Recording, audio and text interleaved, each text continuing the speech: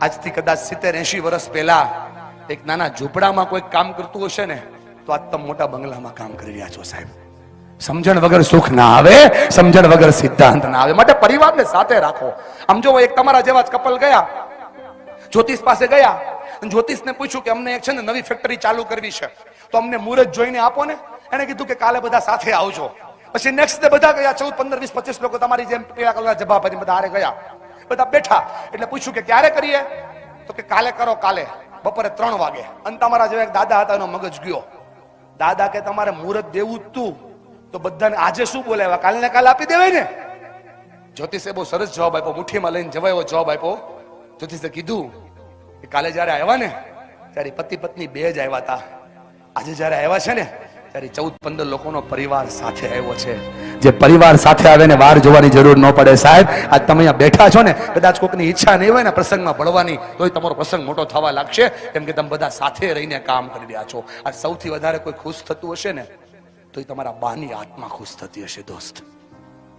સૌથી વધારે ખુશ થતા હશે, કેમ કે એમના સંતાનોએ આજ એમના માટે ઉર્જાને જોડી છે, જીવનને જોડ્યું છે. નાની નાની વાતોની અંદર આશીર્વાદ દેનારી માને આટલા લોકો હારે ભોજન કરતા હશે ને એને ઓટકાર આવતો હશે સાહેબ. આટલા લોકો હારે કથા સાંભળતા હશે ને દિલને તૃપ્તિ મળતી હશે. અને એ જ ભાવને તમારા સુધી પહોંચાડવા માટે આવ્યો છું. થોડા ભેગા થઈને આજ કામ કરજો. પરિવાર છે તો ચેતના છે. મોટા ભાઈ અદબ છોડવી પડશે. અદબ છે ની વાર્તા છે, ખોટું લગાડતા નહીં હો. કારણ કે હું મગજ વાંચીને વાત કરું છું, પુસ્તક નથી રાખતો. જો મસ્તક રાખું છું, ચોપડી નથી મારી પાસે. તારી ખોપડી જ મારી ચોપડી છે. હું જે બોલું છું એ તમારા જીવનમાં ઉર્જા હારે વાપજો. તમે એમ ના વિચારતા કે હું શું કામ આવું કર્યો છું. હું જે કર્યો છું ને એ તમારા મસ્તકના અધિકાર વાંચીને કર્યો છું. સૌથી પહેલું સૌથી મહત્વનો ફેરફાર કરો. આ મોટી દુનિયામાં નાનું કામ કરવાથી જ ઘટે છે, દુનિયાનો સ્વભાવ ઘટે છે ને. એક નાનકડો ફેરફાર કરો અને ફેલાકડો અહીંથી કરો. સૂર્યમુખીના 2 ફૂલ એકવાર ચર્ચા કરતા હતા, વિષ્ણુભાઈ ચર્ચા કરતા હતા. સૂર્યમુખીના મોટા ફૂલે સૂર્યમુખીના નાના ફૂલને પૂછ્યું કે પપ્પા આપણે તો આજ કરવાનું. બોલે શું? બોલે સૂર્ય ઉગે, સનફ્લાવર સૂર્ય ઉગે ત્યારે ઉગવાનું, સૂર્ય આથમે તો આથમી જવાનું. નાના ફૂલની વાત સાંભળી અને મોટા ફૂલે કીધું કે બેટા આપણે સૂર્યમુખી છીએ, ઉગે એની હારે ઉગવાનું, આથમે એની હારે આથમી જવાનું. છોકરાનો જવાબ બહુ ડેન્જર હતો. છોકરાએ બીજો સવાલ પૂછ્યો, પપ્પા સાચી વાત, ઉગે તો ઉગવાનું, આથમે તો આથમી જવાનું, પણ આ વાદળા થાય ત્યારે શું કરવાનું? આ સૂર્ય ન દેખાય ત્યારે શું કરવાનું? અત્યારે ઘરે ઘરે વાદળા જાય છે ભાઈબંધ. 2 ભાઈઓને ભળતું નથી, પરિવારોમાં ડખા છે, સાસુ વહુના ઝઘડા છે. નાની નાની વાતોને આજથી 40-50 વર્ષ પહેલાની નાનકડી એમથી એક શાહની એક અડધા વીઘાની વાતને આપણે મગજમાં લઈને બેઠા છીએ. હજી આપણાથી ચૂકાતું નથી ને એટલે પ્રશ્નો થઈ રહ્યા છે. સમજો મારી વાત, સાંભળજો મારી વાત.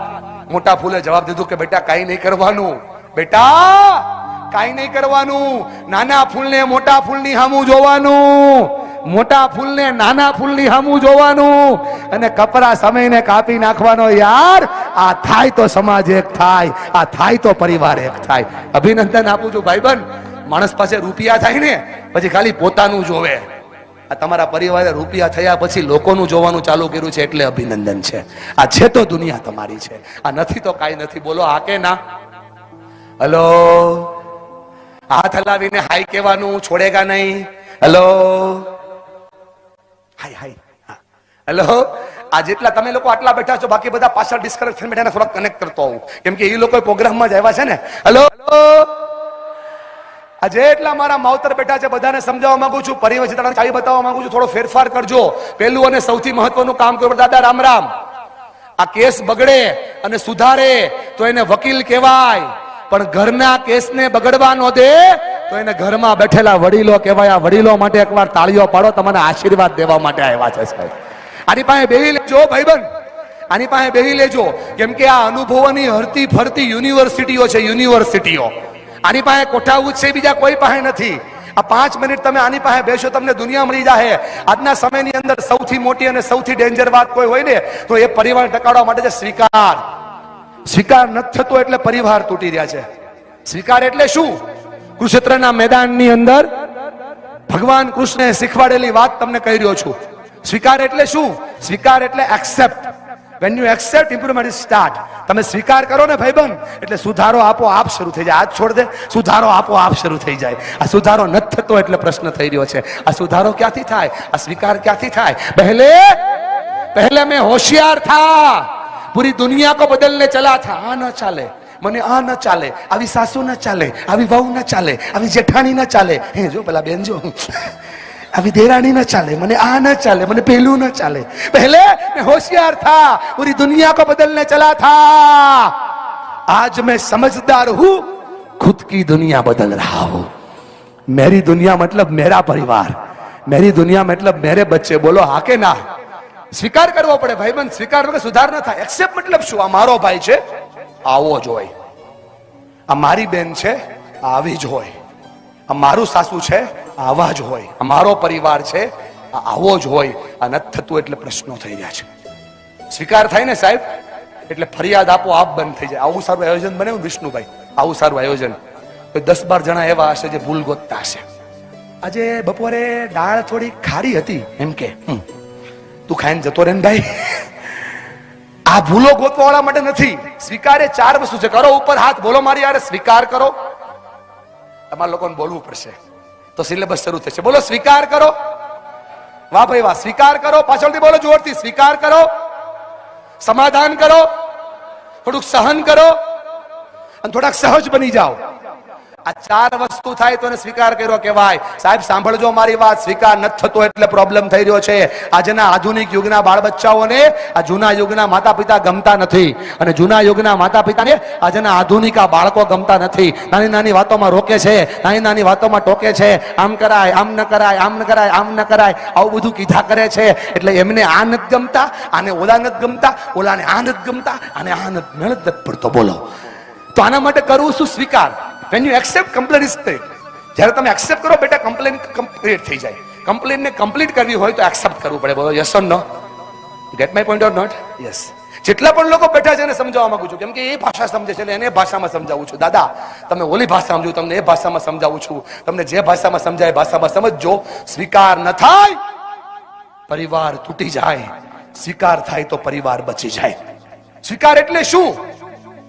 નથી ગમતું ને? લોકો ટોકે, બોલે, કદાચ મોઢામાંથી પડી જાય અનાજ. આપણને બહુ હાઇજીન ની આમ ચિંતા થાય છે કે આ લોકોને જમતા પણ નથી આવડતું. ભાત ઢોળાઈ ગયા, દાળ ઢોળાઈ ગયા, મોઢા પર ચોટી ગયું. દાદા બરાબર ને?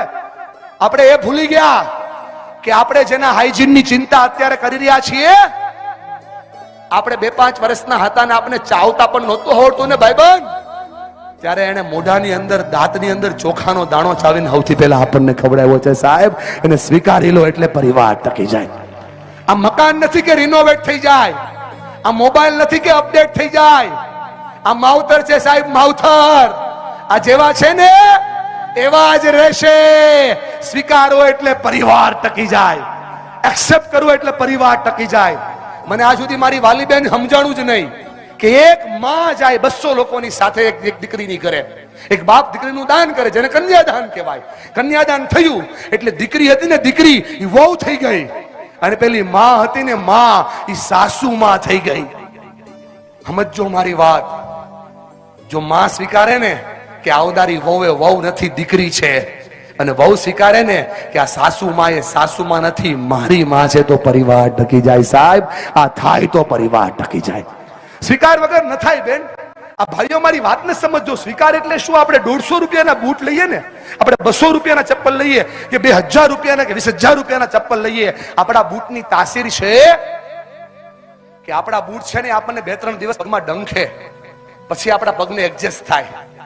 પગમાં એડજસ્ટ થતા એને 2-3 દિવસનો સમય લાગે. આ નિર્જીવ બૂટને આપણા પગમાં એડજસ્ટ થતા 2-3 દિવસનો સમય લાગતો હોય તો જે સ્ત્રી બીજાના ઘરે 22 વર્ષ રહી હોય એ આપણા ઘરે આવે ને ભાઈબંધ, તો એને આપણા ઘરે એડજસ્ટ થવામાં 2-5 વર્ષ લાગે. યાર આ 2-5 વર્ષ આપો એટલે પરિવાર ટકી જાય. એને એમ લાગવું તો જોઈએ ને આ ઘર મારું છે. તમે આજે એને પૂછો ને આ ઘર કોનું, તો હું કે ખબર, મારા સસરાનું. આજે એનાથી મારું એમ બોલાતું નથી. પ્રોબ્લેમ ત્યાં થઈ રહ્યો છે. સાંભળો છો ને મારી વાલી બહેનો?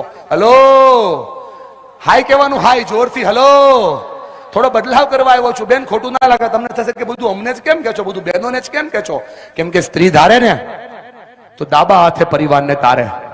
રસોડામાં ઊભી રહી જાય, અન્નપૂર્ણા થઈ જાય, છોકરાઓ જમાડે, અનસુયા થઈ જાય, પ્રશ્ન લડે, રણચંડી ચામુંડા ચંડિકા થઈ જાય, સમસ્યાઓમાં લડે, અંબા અંબાલિકા મહાકાલી થઈ જાય. પતિ કદાચ ઘૂંટણીએ ભર થાય, પતિ કદાચ થાકી જાય ને, ખંભેથી ખંભો આપી અને સાવિત્રી થઈ જાય. સ્ત્રી ધારે તો ડાબા હાથે પરિવારને તારે, અને આજ સ્ત્રી ધારે ને તો 3 ઇંચની જુબાન વડે પરિવારને પતાવે. તમારી તાકાત છે બેનો, ખોટું ના લગાડતા. આખો દિવસ મહેનત કરી, તાકાત લગાવી, બુદ્ધિ લગાવી, અને આ ભાઈઓ આખો દિવસ તાકાત લગાવીને ઘરે આવે. ઘરે આવે, તમારી પાસે બેડરૂમમાં આવે, તમારી બાજુમાં બેસે, એટલે બેન શરૂ થાય. તારી વાત નથી કરતો બેન, એટલે બેન શરૂ થાય. આવું થયું, આવું થયું, આવું થયું, આવું થયું, આવું થયું, આવું થયું. ઓલા ભાઈને એમ થાય કે આની બાજુમાં બેસવા કરતા ઘડીક મમ્મીની બાજુમાં બેસવું. એટલે મમ્મી હિંડોળે ઝૂલતી હોય, પ્રદીપભાઈ ઝૂલો ઝૂલાવું, તો મમ્મીની બાજુમાં બેસે તો મમ્મી શરૂ થાય. આજ આવું થયું, આવું થયું, આવું થયું, આવું થયું, આવું થયું, આવું થયું. આ મારા ભાઈઓને સમજાતું નથી કે મારા ઘરમાં ડખો શેનો હાલે છે. બોલો આ કે ના? આ જેને જેને ઊંચો હાથ ન કર્યો પૂછી લે, ભાવના ઊંચો હાથ કરું પછી કરજે. બોલો આ કે ના? આ જે ઊંચો હાથ કરે છે ને કહું છું સાંભળજો મારી વાત, એક લીટીમાં સોલ્યુશન આપું છું. બેનો ખોટું ન લગાડતા હો, તમારા હાથમાં સોલ્યુશન છે.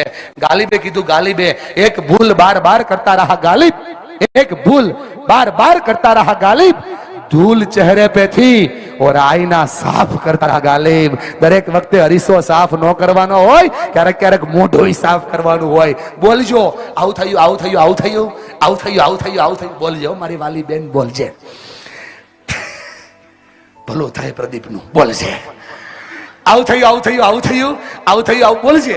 પણ પછી એક વાક્ય બોલજે મારી બેન. એની વાક્ય એ છે, આવું થયું, આવું થયું, આવું થયું, આવું થયું, આવું થયું, આવું થયું, અને આમાં આ એક ભૂલ મારી હતી. આટલું બોલો ને તોય પરિવાર ટકી જાય સાહેબ. આટલું બોલો તોય દુનિયા બચી જાય.